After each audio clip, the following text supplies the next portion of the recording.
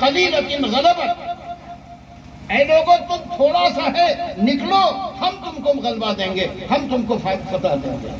کم من فیۃ قلیلۃ غلبت، میرے دوستو یہ کم من فیۃ قلیلۃ غلبت پر جب وہ گیا اور جا کر جب لڑا تو مارتے کاٹتے جا کر وہ جالوت کو جو ہے کیا کہتے ہیں شکست دے دیا اور یہ لوگ فتح یاب ہو گئے۔ جب یہ لوگ فتح یاب ہو گئے تو میرے دوستوں اور بزرگوں فتح یاب ہونے کے بعد یہ طریقہ، یہ واقعہ میں نے اس لیے آپ کو سنایا کہ جب آپ کے پاس حرام مال آئے گا اور حرام مال سے آپ اپنی پرورش کریں گے، لاٹری ہو، جوا ہو، ان طرح کے مالوں سے پرہیز نہیں کریں گے تو آپ یاد رکھ لیجئے کہ آپ کو طاقت نہیں آئے گی۔ ہلاکو خاں جب چلا وہ تو بنجارا تھا، ہلاکو خاں تو چلتا رہتا تھا، راستے میں فتح کرتے جاتا تھا، تو تاتاری اس کو کہتے تھے۔ وہ تاتاری چلتے رہتا تھا جس طرح خانہ بدوش یہ بنجارا لوگ چلتا ہے، وہ چلتے چلتے ایک دن میں 6 لاکھ مسلمان کو قتل کیا، 3 دن میں 18 لاکھ مسلمان قتل کیا۔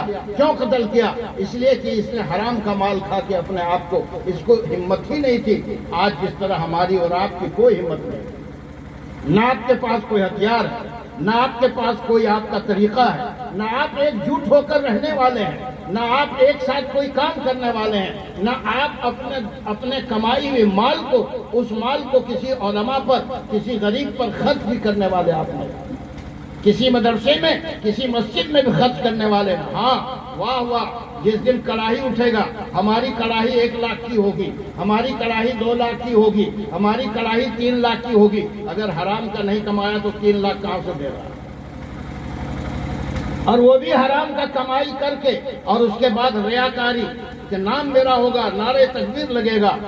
یہ نعرے تکبیر لگا کر آج ہم لوگوں نے دین کو چوپٹ کر دیا۔ آپ نے کبھی سوچا کہ ہم اپنی کمائی، اگر روزانہ ہم کو 300 روپیہ حاضری ملتا ہے تو 10% کسی غریب پر صدقہ کر دیں، 30 روپیہ ہم نکال کے روزانہ بانٹ دیں، 500 روپیہ اگر ہم کماتے ہیں تو 50 روپیہ بانٹ دیں، 1000 روپیہ کماتے ہیں تو 100 روپیہ بانٹ دیں۔ اگر ہماری تنخواہ روزانہ کا اگر ایک بار سائن کر کے ایک ماسٹر آتا ہے تو اس کو جو ہے 2000 روپیہ روز ملتا ہے، وہ 1 پیسہ خرچہ نہیں کرتا ہے، اس لیے غریبے رہتا ہے، کبھی فقیر سے امیر نہیں ہوا۔ آپ 5 تاریخ کے بعد 6 تاریخ کو آپ سے پوچھے پیسہ کہیں نہیں ادھار کھاتے ہیں، جتنے نوکری والے ہیں سب سے پوچھ لو۔ اور ہم لوگ غریب آدمی ہیں، 5000 تنخواہ نہیں، ہم تو کبھی زندگی میں تنخواہ کہیں لیا ہی نہیں، ہم لوگ کو جیب میں ہمیشہ 500 200 400 ہزار ملے گا ہی۔ اللہ کہاں سے دیتا ہے وہ آپ نہیں سمجھتے، آپ کو پتہ نہیں کہاں سے آتا ہے، آپ نے وہ چیز سیکھا نہیں۔ یہ آپ اپنے امام کے ساتھ ناانصافی کرتے ہیں۔ اگر یہ قوم 5000 نہیں دیتی ہے تو آپ تو جمعہ پڑھنے جاتے ہیں اور نماز پڑھتے ہیں یا نہیں پڑھتے ہیں؟ جمعہ پڑھنے جاتے ہیں، کبھی آپ نے سوچا کہ ایک 20 روپیہ کا نوٹ مصافحہ کریں اور امام کو دے دیں، ایک 50 روپیہ کا نوٹ مصافحہ کریں اور امام کو دے دیں تاکہ وہ دل سے دعا دے؟ یہ جو مسجد میں دعا ہوتی ہے یہ تو بیچارہ مجبوری میں دعا کرتا ہے، کونوں دل سے دعا کرتا ہے کیا؟ اس کو تو یاد رہتا ہے کہ گھر میں تیل نہیں ہے، گھر میں دال نہیں ہے، گھر میں چاول نہیں ہے، مجبوری میں دعا کرتا ہے۔ اور اگر آپ نے یہ 20 روپیہ 30 روپیہ 50 روپیہ دینا شروع کر دیا، وہ دل سے دعائیں کرے گا اور اللہ بھی قبول کرے گا کہ ہمارے نائب رسول کو، ہمارے اللہ کے رسول کے نائب کو یہ خوش کر رہا ہے، یہ خوش کر رہا ہے۔ لیکن آپ میں یہ بھی فطرت نہیں ہے، کہاں پیسہ کہاں دیں گے؟ جہاں غلط جگہ ہوگی، ناجائز جگہ ہوگی۔ ابھی لاٹری والا آ جائے گا، آپ کا پیسہ نکل جائے گا، ابھی جوا والا آ جائے گا، آپ کا پیسہ نکل جائے گا۔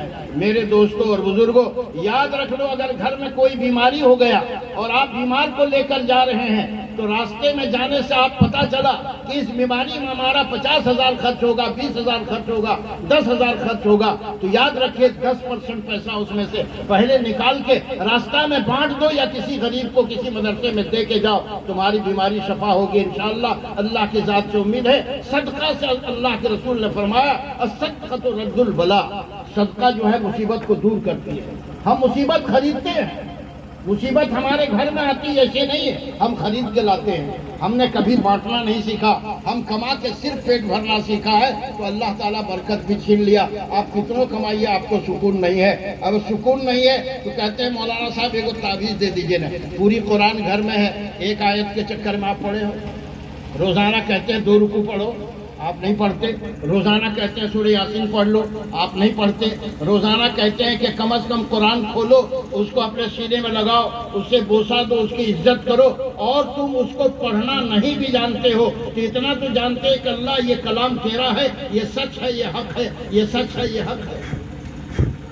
اتنا بھی کرنے کے لائق نہیں، تم قرآن سے محبت نہیں کرتے، علماء سے تو نہیں کرتے، قرآن سے محبت نہیں کرتے۔ وہ بیٹی جس کو تم بدائی کرتے ہو، اس کا قرآن جب باراتی کو آپ دیتے ہیں کہ میرا بیٹی کے لیے قرآن لے جاؤ، تو امام صاحب تلاش کیے جاتے ہیں کہ امام صاحب ہے کہ نہیں۔ امام صاحب ہے تو قرآن لے جائے گا، نہیں تو نہیں لے جائے گا، اس لیے کہ سب ناپاک دیا ہے، ایک بھی اس میں پاک آدمی نہیں، اور اس میں بھی شراب پیا ہے، اس میں بھی ڈی جے بجا ہے، اس نے بھی حرام کا جو ہے اس میں حرام کا پیسہ لیا ہے، اور 20,000 روپیہ، 30,000، 40,000، 50 روپیہ پٹاخے اور ڈی جے میں خرچ کر رہا ہے۔ یہ قوم کبھی ترقی نہیں کر سکتی ہے۔ یاد رکھیے، جس طرح تاتاری کھڑے ہو کر، تاتاری کی عورت پانی کھینچتی تھی کنواں میں، کہتی تھی کہ تم مسلمان ہو؟ کہا ہاں، کھڑا رہو، ہم تلوار لاتے ہیں، گھر سے آئیں گے، پتھر میں تیز کریں گے، وہاں سے ہلے گا تو تمہاری خیریت نہیں، تو اب انچ انچ میں کاٹیں گے۔ وہ کھڑا رہتا تھا، گھر سے تلوار لاتی تھی اور آ کر گردن کاٹتی تھی، اور یہ گردن کاٹنے دے دیتا تھا۔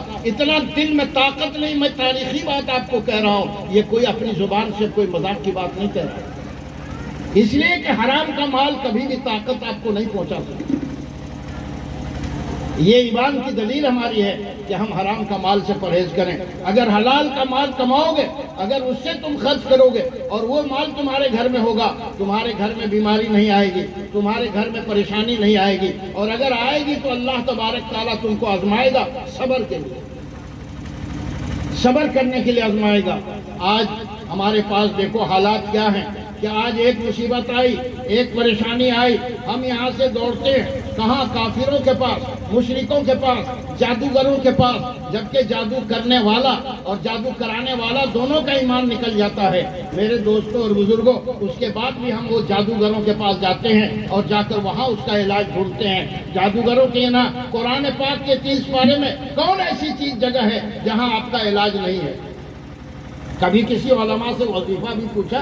آپ کو تو کرنا نہیں ہے وظیفہ، علماء تو وظیفہ بتائیں گے کہ یہ وظیفہ کرو، تمہاری یہ مصیبت دور ہو جائے گی۔ تمہارے گھر میں خالی لنگڑا بچہ پیدا ہوتا ہے، تم کو دور کرنا ہے تو یہ وظیفہ پڑھو۔ تمہارے گھر میں برکت نہیں ہوتی، یہ وظیفہ پڑھو۔ تم کو بیماری ہارٹ کی ہے، یہ وظیفہ پڑھو۔ تم کو کڈنی کی بیماری ہے، یہ وظیفہ پڑھو۔ آپ نے کبھی سوچا تمہاری بیوی سے تمہاری محبت نہیں ہوتی، یہ وظیفہ پڑھو؟ کبھی آپ کسی عالم سے پوچھا آپ نے؟ نہیں، اس لیے آپ نے کبھی اس کو، آپ تو خود قرآن پڑھنا نہیں جانتے۔ یاد کر لو، اگر آپ اپنے پیسے کو آج اگر مکتب کھول کے گاؤں میں ایک ایک بچہ بچی کو اگر قرآن آپ نے نہیں پڑھایا تو یاد رکھیے اللہ کا عذاب یہاں سے اٹھنے والا نہیں۔ اللہ کا عذاب کو اگر کوئی لاٹھی سے آپ نہیں ہٹا سکتے، تلوار سے نہیں، وہ گولی اور بندوق سے نہیں، اللہ کا عذاب اللہ کے کلام سے ہٹے گا، اور وہ اللہ کا کلام کا پڑھنا ہمارے لیے ضروری ہے۔ اس لیے میں آپ سے گزارش کرتا ہوں کہ آپ آئیں اور اپنے آپ کو اس بات کی تیاری کریں کہ ہم کیسے اپنے آپ کو مضبوط بنا لیں گے، اور اتفاق رکھیں۔ بہت عقل